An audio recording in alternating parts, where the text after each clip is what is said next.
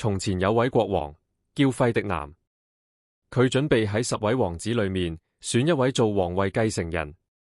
於是佢偷偷安排大臣喺一條大道中央放咗一塊巨大石頭，條路兩邊都係河，任何人想經過都只能爬過去、繞路，又或者落水游過去。之後國王要求10位王子輪流經過條路，並將一封密信盡快送到大臣手上。冇幾耐，王子們全部完成任務返嚟。國王開始逐個問：你哋點樣通過條路？有人話：我爬過塊石。有人話：我繞遠路。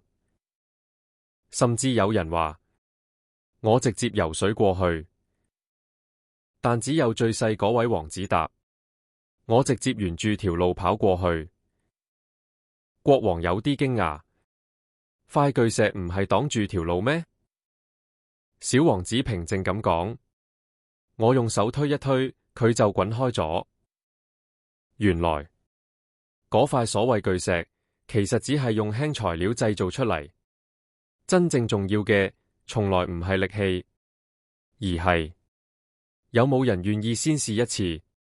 其實人生好多問題都係咁，好多時真正困住我哋嘅，未必係現實本身，而係我哋太快認定冇可能，於是連試都未試，就已經開始繞路、逃避、放棄。有些人一見到困難，第一反應係我做唔到。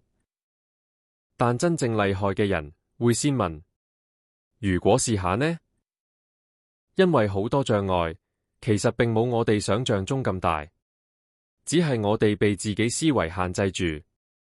思路決定出路入面曾經講過，人生最重要嘅未必係努力，而係你遇到問題時選擇用一種咩思維去面對。因為有些人永遠只會見到牆，而有些人會試下推一推，最後先發現原來門一直都喺度。